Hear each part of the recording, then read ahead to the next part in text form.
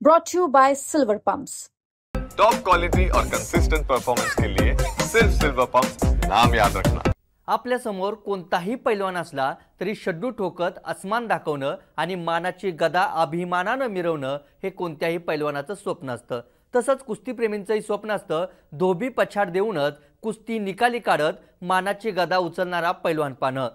हा असा क्षण डोळ्याचं पारणं फेडणारा असतो। पण काल अहिल्यानगरमध्ये झालेल्या महाराष्ट्र केसरी कुस्ती स्पर्धेदरम्यान पैलवानांचंच नव्हे तर कुस्तीप्रेमींचंही स्वप्न भंगलं। कारण कोणताही कुस्ती शौकीन हा खेळ पाहण्यासाठी वर्षभर थांबलेला असतो। काल मात्र शिवराज राक्षेनं पंचाशी घातलेला वाद आणि अंतिम सामन्यातून महेंद्र गायकवाडने अचानक घेतलेली माघार या सगळ्या राड्यानं सगळ्यांच्या उत्साहावर पाणी पडलं। पण महाराष्ट्र केसरीतील राडा का आणि कुणामुळे झाला, पंचांमुळे शिवराज राक्षेवर अन्याय झालाय का, ही फायनल फिक्सिंग होती का, याचाच शोध घेण्याचा प्रयत्न आपण या व्हिडिओतून करणार आहोत। नमस्कार, मी लखन आदाटे आणि तुम्ही पाहताय मुंबई तक। अहिल्यानगरमध्ये काल महाराष्ट्र केसरी स्पर्धेची उपांत्य आणि अंतिम फेरी पार पडली। पुण्याचा पैलवान पृथ्वीराज मोहोळ यानं महेंद्र गायकवाडवर मात करत यंदाच्या महाराष्ट्र केसरी स्पर्धेचा मान पटकावला। या उपांत्य आणि अंतिम या दोन्ही सामन्यादरम्यान मोठा वाद झाला। मात्र जिथून वाद सुरू झाला ती घटना सुरुवातीला पाहूयात।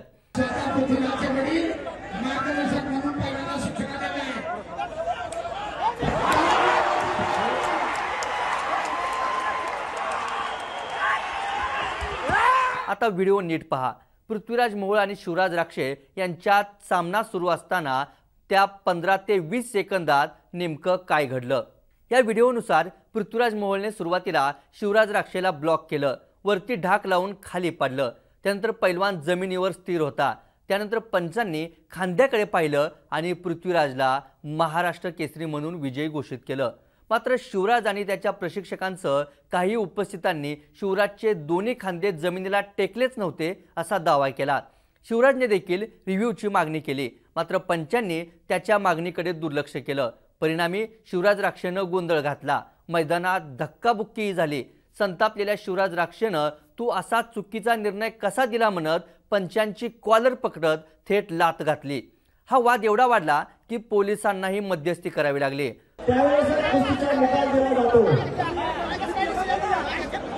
पोलीस प्रशासन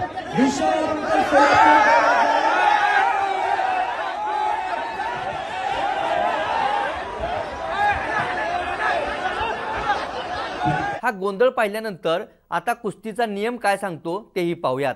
महाराष्ट्र केसरीमध्ये माती आणि मॅटसाठी एकच नियम लागू होतो। मैदानी खुल्या लढतीत लगेच चितपट निकाल दिला जातो, पण आंतरराष्ट्रीय नियमानुसार पैलवानाचे दोन्ही खांदे समांतर मॅट किंवा मातीला टेकावे लागतात।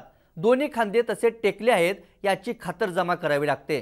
काही सेकंदानंतर पक्की खात्री झाल्यानंतरच पंचांना निर्णय देता येतो। मात्र इथं पंचांनी लगेच निर्णय दिल्याचा दावा केला जातोय आणि त्यानंतरच हा राडा सुरू झाला। उपांत्य फेरीतील या वादानंतर अर्ध्या तासाने अंतिम सामनाही खेळवण्यात आला। या सामन्यात महेंद्र गायकवाड आणि पृथ्वीराज मोहोळ आमने सामने आले होते। कुस्तीचे 16 सेकंद बाकी असतानाच पॉइंटच्या वादावरून महेंद्र गायकवाडने थेट मैदान सोडलं। त्यामुळे पंचांनी पृथ्वीराज मोहोळला महाराष्ट्र केसरी म्हणून घोषित केलं। मात्र पंचांशी वाद घातल्यानं शिवराज राक्षे आणि महेंद्र गायकवाड या दोघांवरही कुस्तीगीर परिषदेनं 3 वर्षांची निलंबनाची कारवाई केली आहे। आता पृथ्वीराज मोहोळ आणि शिवराज राक्षे यांच्या उपांत्य फेरीत पंचांनी थोडं थांबायला हवं होतं, पंचांनी घाईघाईने निर्णय घेतला, अशा प्रतिक्रिया काही कुस्तीपटूंकडून येत आहेत। आपल्या समोर असणाऱ्या पैलवानाविरोधात डावपेच खेळून धोबी पछाड देत मारलेली कुस्ती वर्षानुवर्ष लक्षात राहते, पण या अशा घटनांमुळे खेळाला गालबोट लागतं। महाराष्ट्र केसरी स्पर्धेला तर खूप मोठी परंपरा आहे, पण असं होण्याची ही पहिलीच वेळ आहे का?